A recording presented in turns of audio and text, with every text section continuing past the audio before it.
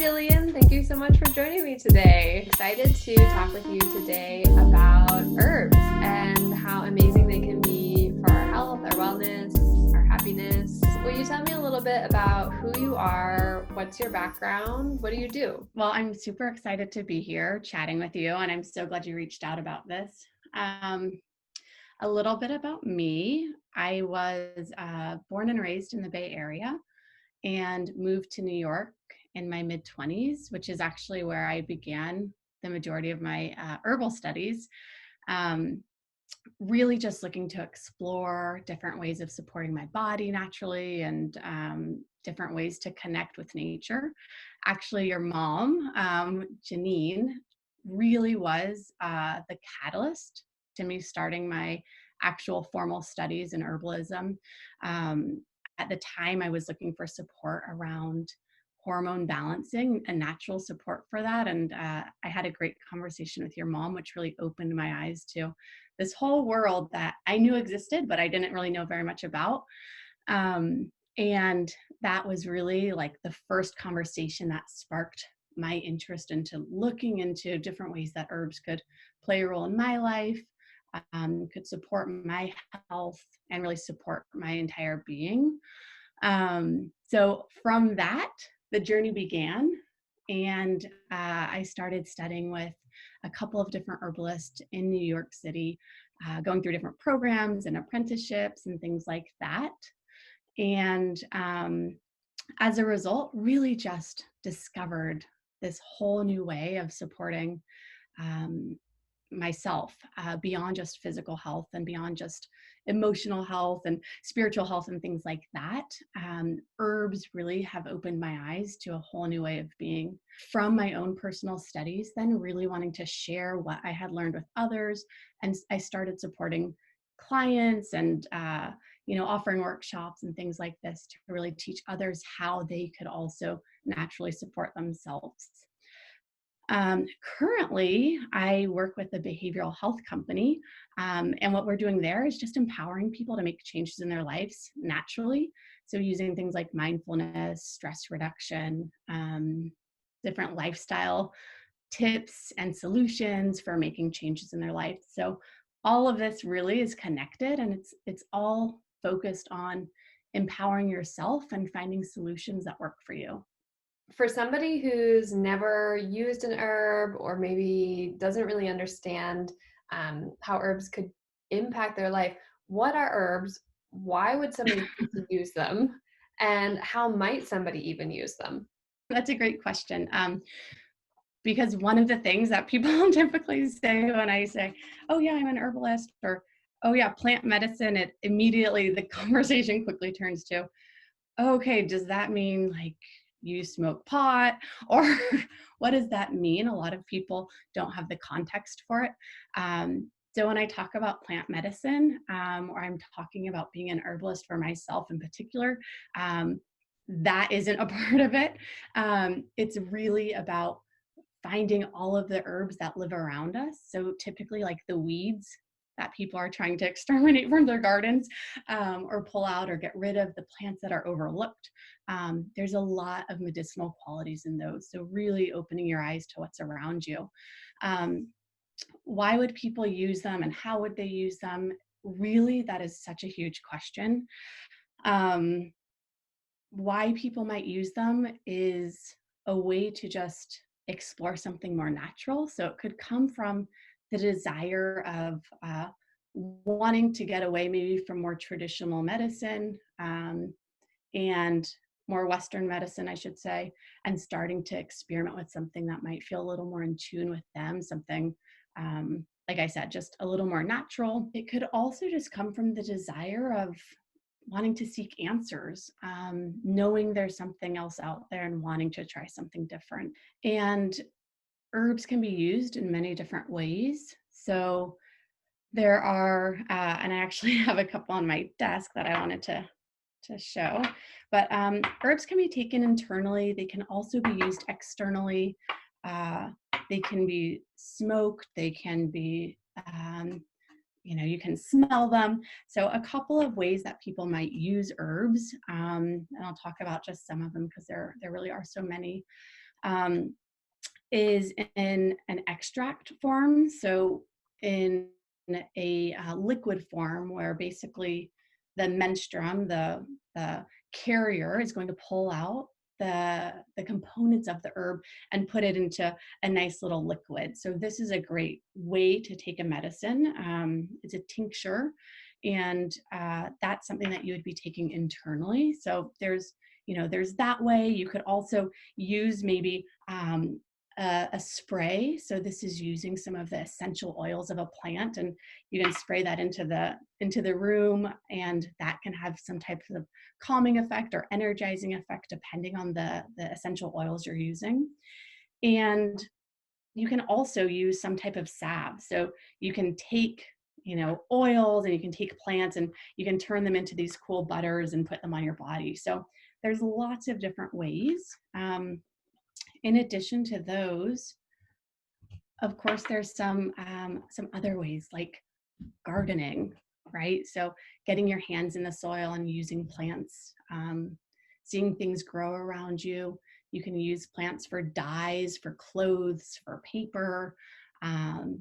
There's just a variety of ways, and I'd say it's important for people to just think about why they might want to use herbs or what they're drawn to, and from there, there's limitless possibilities of how they can use them. What are some of your top herbs that you have around your house, and what are they helpful for? I do tend to use some of the same herbs over and over. So I do have some top herbs for sure. And I also like to dabble with other ones from time to time. Um, I would say the herbs that I have in the house most frequently would be nettles, oat straw, probably lemon balm, and echinacea. So, and also rose. I use a lot of rose. I like to have something that can really help with all things. So it's almost like a really mini medicine kit or first aid kit. But nettles are highly nutritive. So I think of nettles almost like nature's multivitamin. So you think about fruits are like nature's candy, vegetables, help heal and nourish the body. Herbs work in a similar manner. So nettles, they're highly nutritive. They are good for energy. They're good for inflammation. They're also really high in vitamin A and C and E. They also have B vitamins for energy, calcium and iron, which is good for anemia. So there's a lot of other things they have in them too. Some people use nettles, freeze-dried nettles for allergies. So there's lots that nettles can do. And overall, it's one of those herbs that I feel like when I'm taking it, I'm just doing good by my body. It's just like this boost of minerals and nutrients. So that's something I definitely use frequently. And I have it in a lot of my tea blends that I enjoy. So kind of just like as a base, and then I add to that. Typically for me, I'm taking nettles, like I said, in a tea form. So it's loose leaf. You can take it in a tincture form, and also for allergies, many people enjoy it in a freeze-dried capsule form, so a powder. A little bit about oat straw, which is another herb that I typically am mixing with nettles for a tea, it is a nervine, so it helps the body deal with stress. It helps the body really restore energy levels. It's also an herb that helps your body the more you take it. So some herbs work really quickly, and you might take them and really fast you'll feel an effect, or the body will start to immediately calm down. There's some type of quick action that takes place. Oat straw is one of those herbs where you really want to take it consistently. And once you do that, the body can really start to assimilate all the nutrients and vitamins from the plant. It is a great herb for people who push themselves really hard, for people who feel depleted from energy. Sometimes, I know for myself in particular, maybe just waking up and feeling tired, even though I've gotten enough sleep because I've been working too hard, I've been doing too much. Oat straw is really nutritive and supportive. I think of it as it's almost like a long embrace for your soul. You just hold on to it, and over time, it's going to really lift you up. Um, Again, it's also really high in some of those, vitamins, iron, calcium, magnesium, things like those minerals, and overall, just good for general health. So that's definitely an herb that I always want to have on hand, and I typically do. And I'll talk about two more. I mean, I really could go on and on because there's just so many wonderful plants out there. I also like to have lemon balm on hand. Lemon balm, I just actually started to grow some in the backyard, which is really nice because it attracts bees, and it just smells really great. But lemon balm has lots of magical stories around it. A lot of the herbs do. Lots of folklore around these plants. And so lemon balm is no exception to that. Lemon balm, it's said, used to be used in spells for healing heartbreak and for helping people find love. Um, I'd say the way that I've experienced lemon balm and the way that I use it is as an herb that really uplifts the spirit. When people are dealing with grief or dealing with loss, and this is something I'm thinking about right now, especially in the time of COVID, there's uncertainty, people are losing their jobs, um, people are unsure what the future will look like, and there's just a lot of concern and anxiety. For me, lemon balm is one of those herbs that I would just go to. It lifts the spirits, it's warm, it's gentle, and it's overall like a big ray of sunshine. So I love lemon balm. It's relaxing and it calms the mind. And this is an herb that I would typically take actually as a tea, though it's really wonderful as a tincture as well. So if you wanted more of an easy, quick solution, and I think of that in terms of like tea, you're gonna take this plant, you're gonna boil water, gonna wait for the water to boil, and that's a ritual in itself, preparing tea, and it's really an act of self-care. You're giving yourself this time back in your day just for you. So that can be really nice. But for some people who are maybe more on the go, they don't really want to take that time, and that's okay. A tincture, so that the extract is just a great alternative to that, because you can have it in your car, you can maybe have it on your desk at work when you start to feel a little anxious or panicked, and it's just a really quick way to get the medicine into your body. Lastly, I always like to have a good immune boosting and infection fighting herb on hand at the house. And for me, that's echinacea. So there are lots of herbs that fight infection and help with immune boosting. For me, that's one that I've just really loved over the years.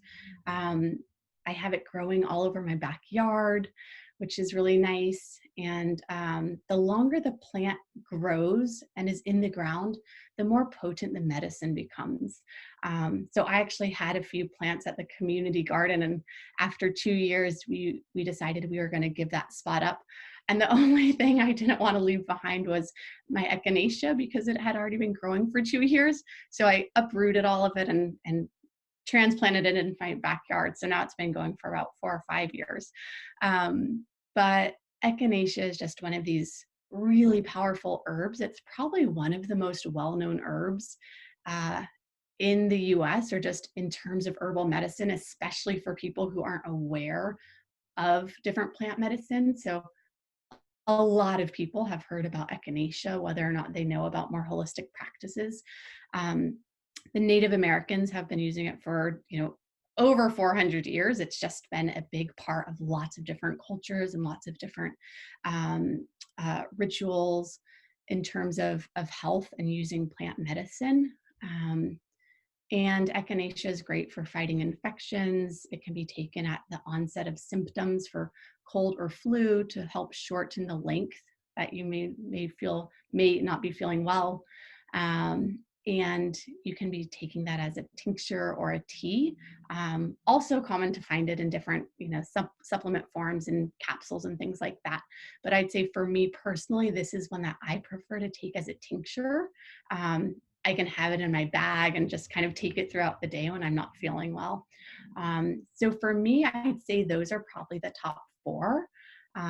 Nettles, oat straw, lemon balm, and echinacea. So you have your nutritive herbs that are just boosting the body with all these immune supporting vitamins and minerals and helping you feel really good. And then you have your lemon balm to support relaxation, calm, and uplifting energy. And then echinacea for those moments when you need an extra boost around your immune system. If somebody is watching this and they're super inspired and they want to begin using those herbs, how could somebody do that? How does one begin using herbs? Yeah. So the first step is really to just become curious, right? So if somebody's listening to this and they are kind of finding themselves wanting to explore what that might look like for them, that feels really exciting to me. I hope that's the case. They say that the best medicine is the medicine that's most available to you. Um, and I believe the best medicine is also the medicine that you're going to use. Um, so making things easy and accessible. Um, if somebody was interested in exploring herbs, I would say the first thing you might want to ask yourself is there something that I'm looking to address? And that might be really obvious. I'll use like this time and space with COVID as an example of what someone might be experiencing. But let's say, gosh, every day I'm waking up, I'm uncertain about what tomorrow is going to look like. My job doesn't feel safe, and I'm really low on energy. So maybe for someone like that, they're thinking, unsure, low on energy, I'm tired, I'm depleted. Maybe that's the thing that they're wanting to look to support. So boosting their energy, giving themselves some more nutrients, some more vitamins, things like that. So that might be a more obvious route where you have this issue, let's say, that you're trying to remedy. It could also be something like, gosh, I know I always feel, really anxious at a certain time of the month, or gosh, I feel like my energy is always really low. So there's some things that we might experience and really be able to pinpoint, like, this is true for me and I want to solve this. And if that's the case, then you can really start to explore that one area and how herbs might support you in that way. Um, there are great online resources that you can go to, just lots of information, of course, all over the internet, and also great resources through books. You may even see if there are classes at, like, let's say your local co-op, or if you do have an herbal school close by, looking at some of those. Um, and sometimes it's not that obvious. Sometimes there isn't something we're trying to really solve for. We just know we're interested and we want to start exploring something. And if that's the case, then I would say start just thinking about flavors that you're interested in, or maybe there's something about plants that really is speaking to you. Maybe you love taking baths and you love relaxing in that way. Then you could start exploring, how could you make, or how might you start, incorporating bath oils into your bath routine, or making tea infusions and putting that into your baths. Um, Maybe you love cooking, and so you want to start experimenting with new herbs that you haven't used before as a different form of nutritional value through the foods and through these new plants that you're using. So it kind of depends on, what you're looking to solve, why you're interested in plants, and then how you want to use them. And there's most certainly a way. It could even be like, I'm pressing some flowers right now, in the other room, some rose petals, and then I'm going to use those for art, right? So there's lots of different ways that you can incorporate plants and herbs. And I'd say the most simple, the better. a tea is a really great way to get familiar with plants and flavors. You can try getting started with one plant. So for instance, if you want to experiment like with lemon balm, for instance, if you make tea with lemon balm, you're going to really start to understand the flavor of that herb and how that herb is affecting your body. If you blend a bunch of herbs together, or you buy a tea blend and let's say there's 4, 5, 6 different herbs, it's hard to really understand what herb, what each herb tastes like and how each herb is really impacting you because there's so many. So that can also be a nice way to start your herbal journey, is just getting familiar with one herb at a time so you can really start to understand it. Thank you so much for this wealth of information. Is there anything else that you want to add before we close up? I think I would just like to add that that any way you feel drawn to incorporate herbs into your life or to experiment with herbs is the right starting point. It can feel a little intimidating because there's like so many herbs out there and there's so many plants, and how could we know everything? And we can't. And that in itself is really exciting because there's always so much to learn. But I'd say just start paying attention to herbs and plants. The natural world surrounds us and is offering all of these blessings to us at all times.